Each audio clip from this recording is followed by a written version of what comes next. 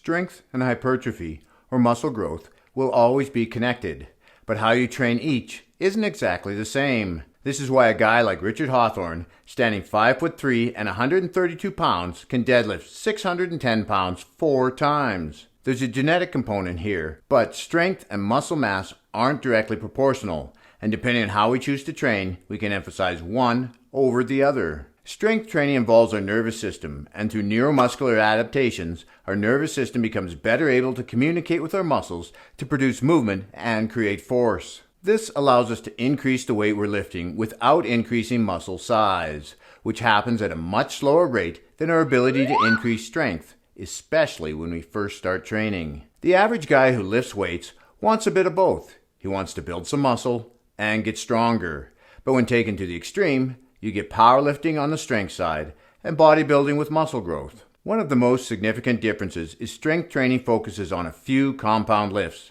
primarily the squat, bench, and deadlift, as these are the main competitive lifts. I would add to these bent over rows and shoulder press. There's a strict curl competition where you curl the heaviest weight you can for a single repetition with your back up against a wall using perfect form. Clearly, this is a strength competition, although in general, isolation movements like curls, leg extensions, or lateral raises are more associated with muscle growth. Compound lifts are the foundation of any good program, whether strength or hypertrophy focused. The difference comes in the intensity, which refers to how heavy you lift. Strength training is done heavy and low rep, typically in the 1 to 5 range, using 85 to 100% of your 1 rep max.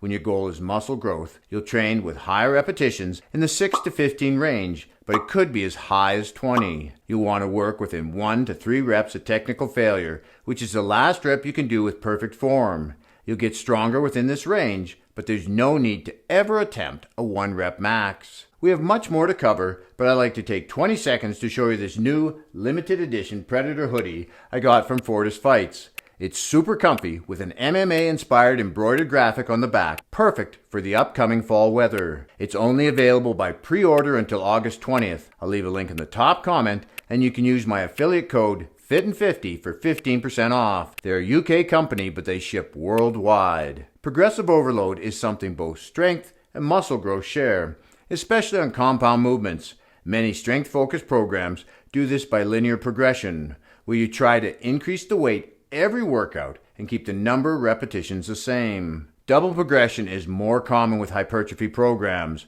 where you're either attempting to do 1 more rep than last time or adding weight to the bar. Bodybuilding programs have higher training volumes and accomplish this by doing a wider variety of exercises and sets. Much of this extra work is done with isolation moves and is often set up to provide an added stimulus to bring up a lagging body part. Strength programs will have accessory work too, but they focus on improving a weak link in a lift.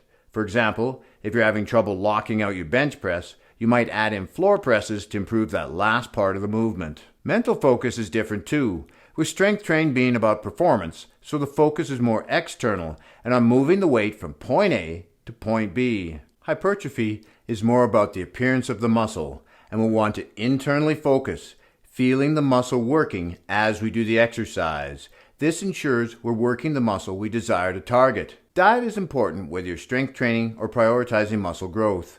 The main difference comes down to how lean you want to get. When your main goal has been hypertrophy for a year or two, you might want to cut down to see your progress, as muscle development is much easier to see at a lower body fat percentage. If all you care about is getting stronger, then you want to stay at a healthy weight, never getting too lean or overweight. And if you're going to compete in powerlifting, then you have to make sure you stay in your weight class. Most of us don't plan to compete in a powerlifting or bodybuilding contest, but we'd like to get stronger and build some muscle. To find out how much muscle you can build naturally over 50, watch this video next and keep working out while having fun. This is Lawrence from Fit and 50. We'll talk to you again in the next one.